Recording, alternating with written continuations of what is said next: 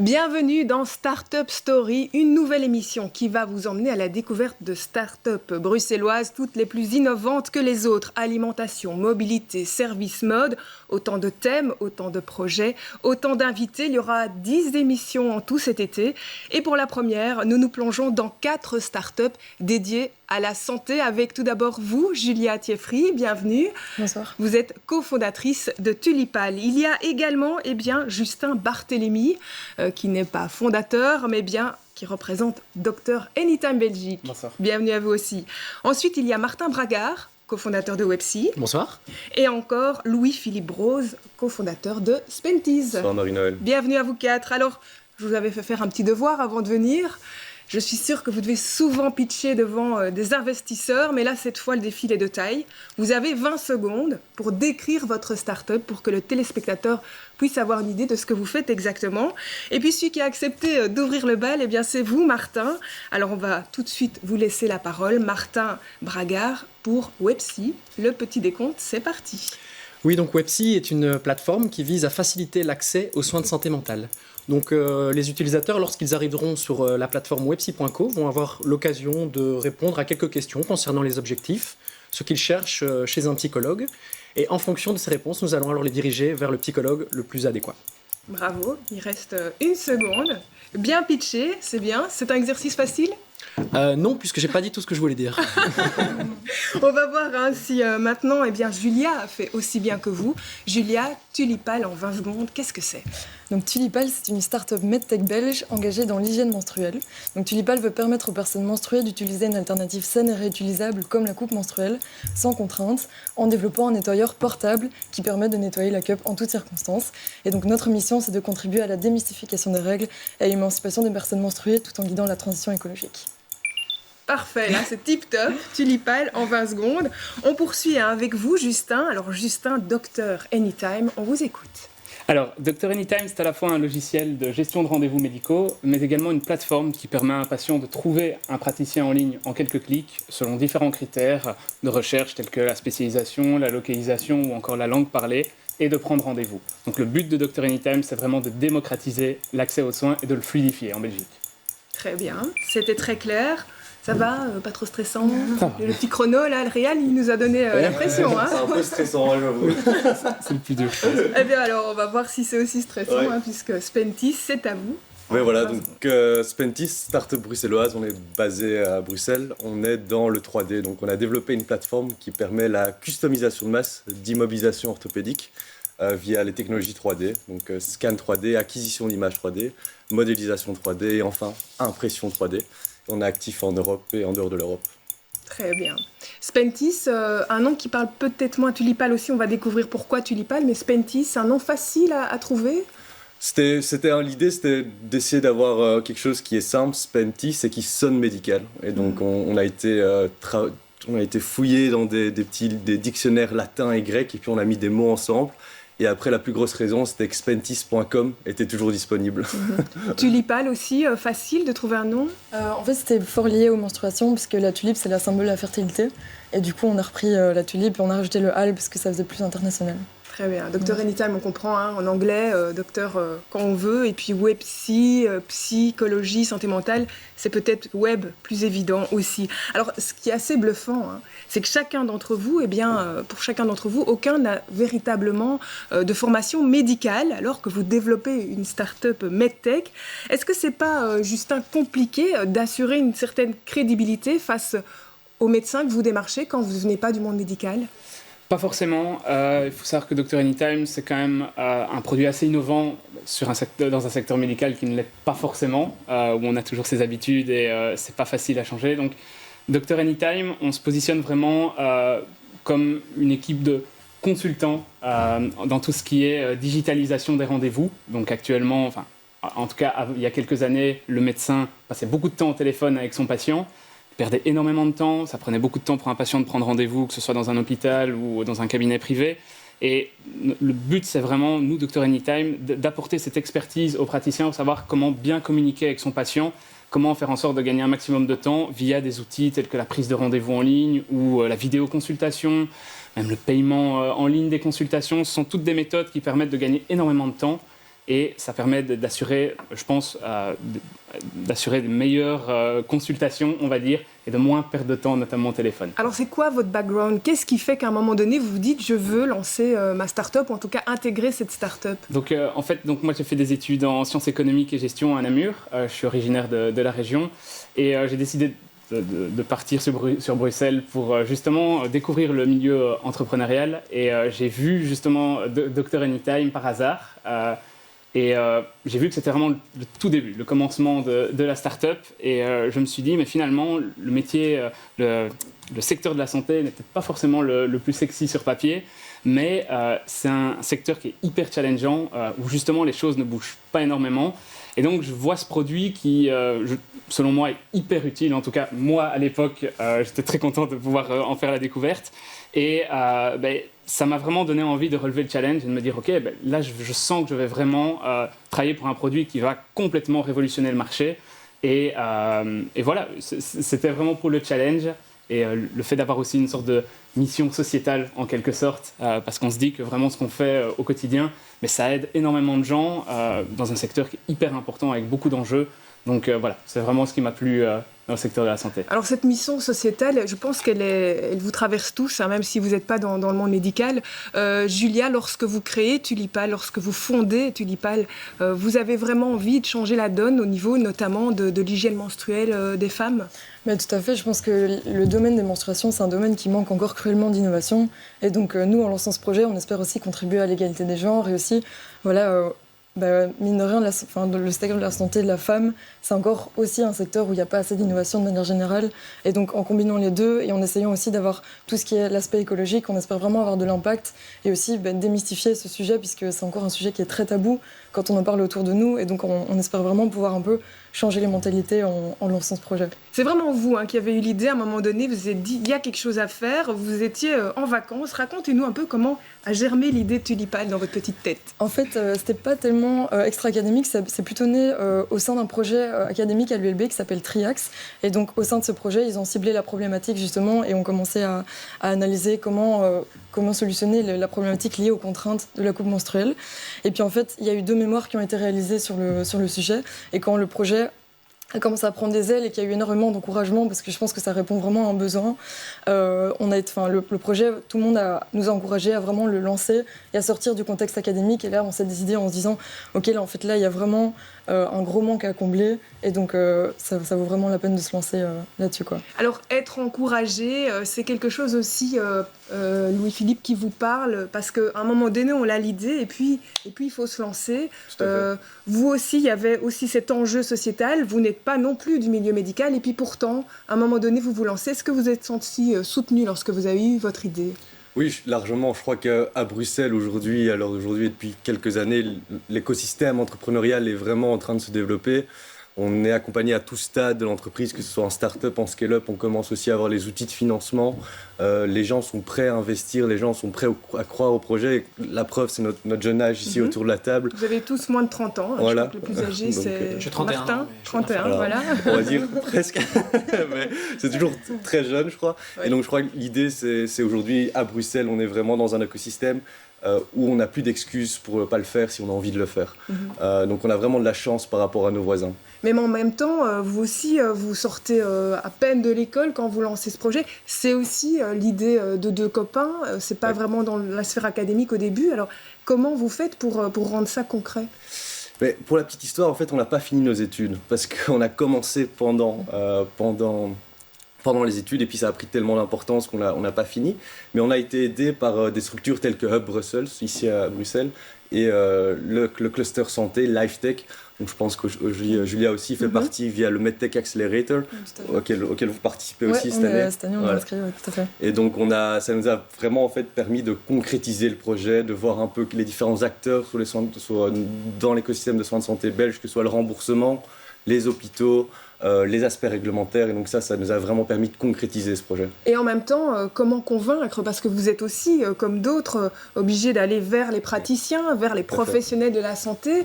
Qu'est-ce qui est votre atout au moment de démarcher ces praticiens? Je crois que c'est justement la fougue, l'envie, cette passion, je crois, qui nous anime tous ici autour de la table.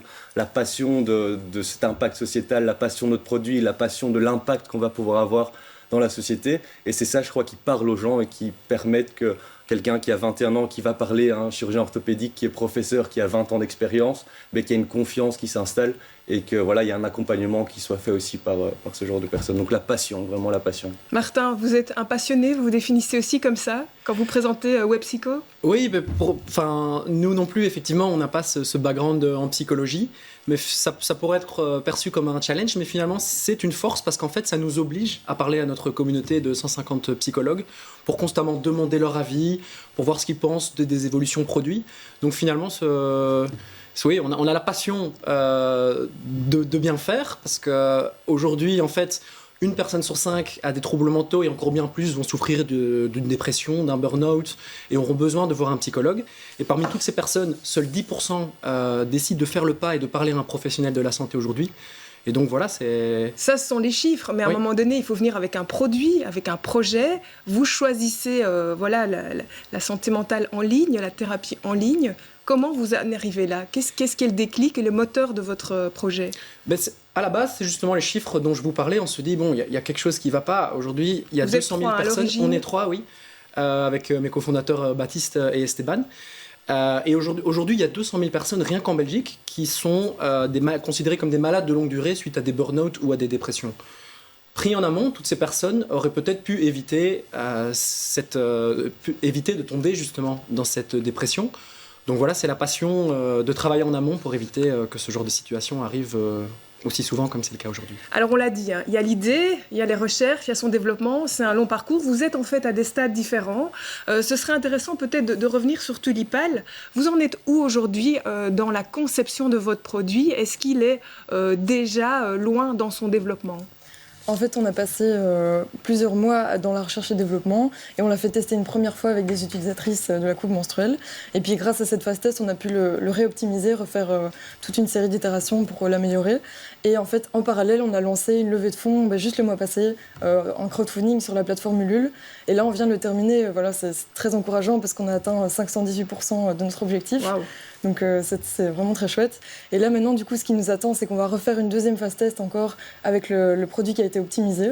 Et à côté de ça, en lançant cet été, grâce au crowdfunding, tout ce qui est pré-industrialisation, production, etc., on va commencer la recherche et développement sur le 2 en 1, donc qui permettrait le nettoyage et la stérilisation de la coupe menstruelle. On en reparlera, ça c'est évidemment les développements futurs, mais lorsque vous démarrez le projet, vous parlez d'une communauté qui vous entoure. Sans cette communauté, impossible de lancer votre projet? Je pense qu'une communauté, c'est très important pour être sûr qu'il y ait vraiment un besoin auquel on répond déjà, et aussi pour sensibiliser sur toutes les valeurs qui nous touchent aussi dans notre projet, donc sur l'égalité des genres et la transition écologique. Et donc nous, notre communauté, on l'a vraiment créée petit à petit en faisant, en touchant sur des sujets de fond. On fait à chaque fois des articles, par exemple, sur la précarité menstruelle, sur l'impact écologique de la transition entre des protections jetables ou la cup. Et donc vraiment, avec ces sujets-là, on a réussi à engager une communauté qui nous a suivis.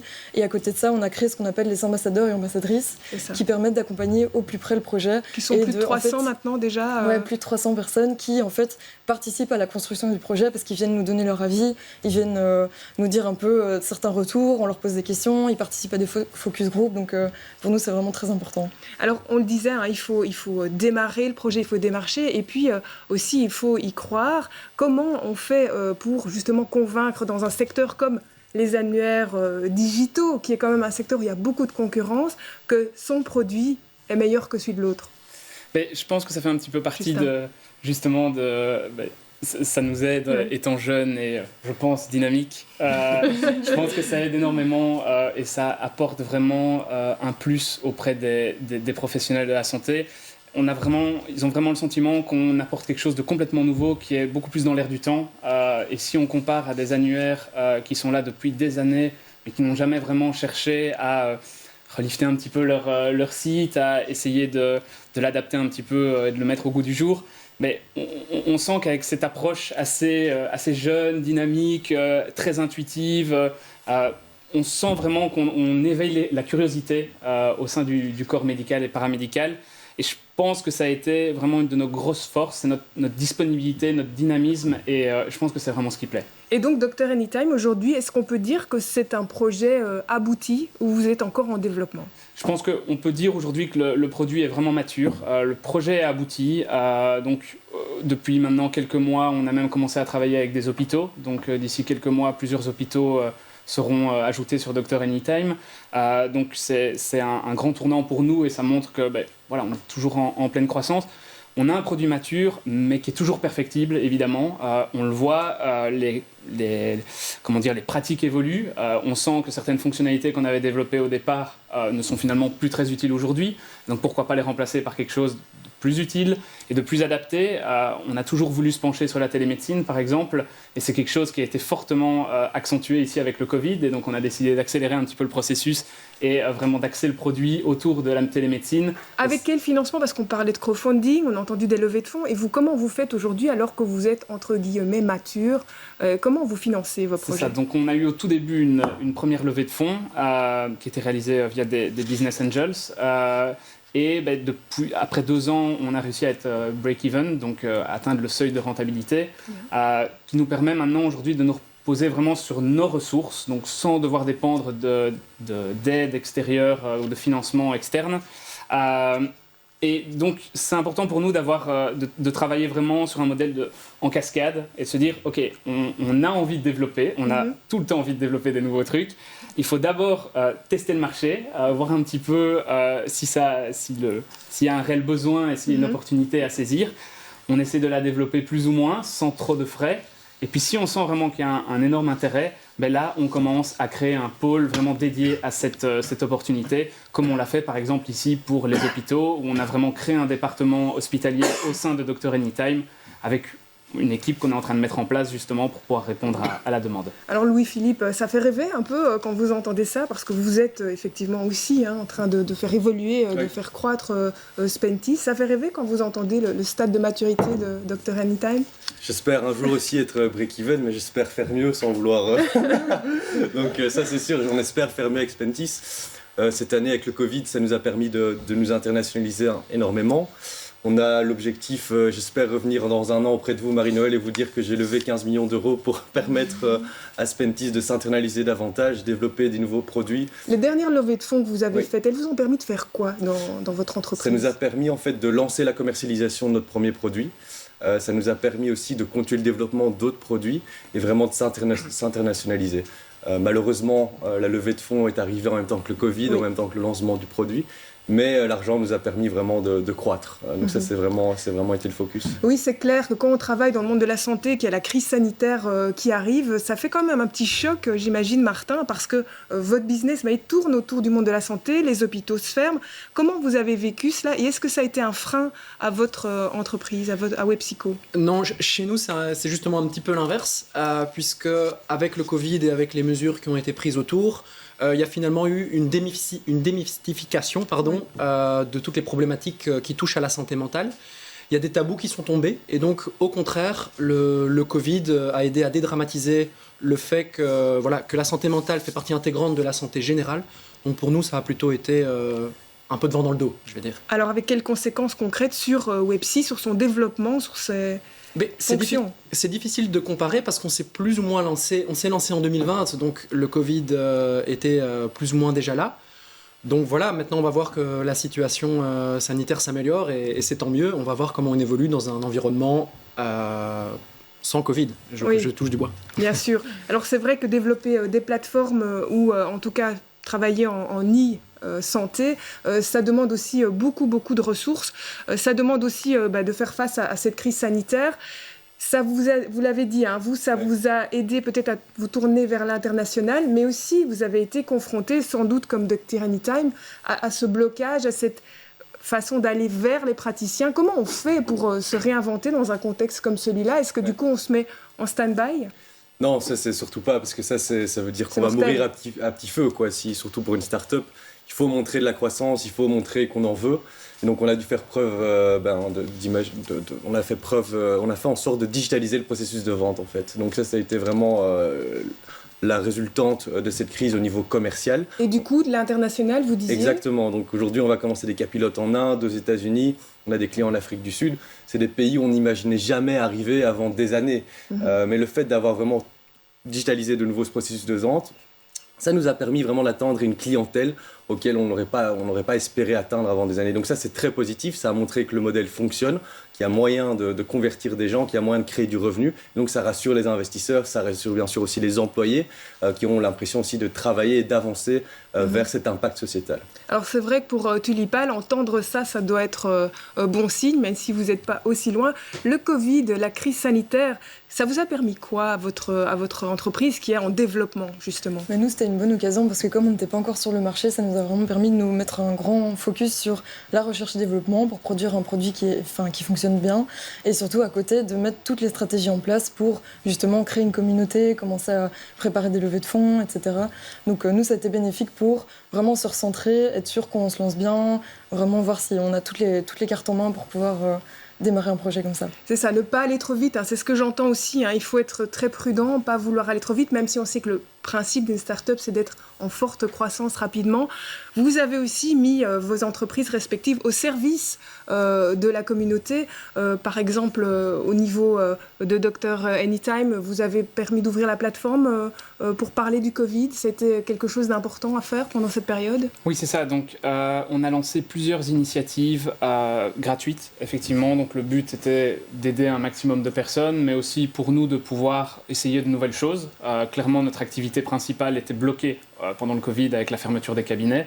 Aucun rendez-vous n'est pris. Donc, Dr Anytime ne sert plus ou moins à rien à ce moment-là. Donc, c'était important pour nous de mettre à contribution tous les employés. Donc, ça, c'est quelque chose pour lequel on est très content aujourd'hui et très fiers de n'avoir mis personne au chômage ou de n'avoir procédé à aucun licenciement et de s'être dit, plutôt que réduire les coûts, étant donné que les rentrées sont moins fortes, on s'est plutôt dit, OK, on va restaffer ces personnes sur d'autres projets et essayer de contribuer. Donc, on a lancé le chat médical gratuit, donc, qui permettait à un patient de poser ses questions gratuitement autour du Covid à des médecins donc, qui répondaient derrière ce chat.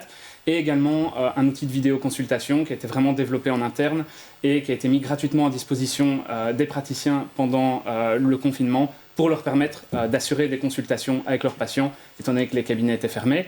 Donc voilà. Oui. C'était un beau geste.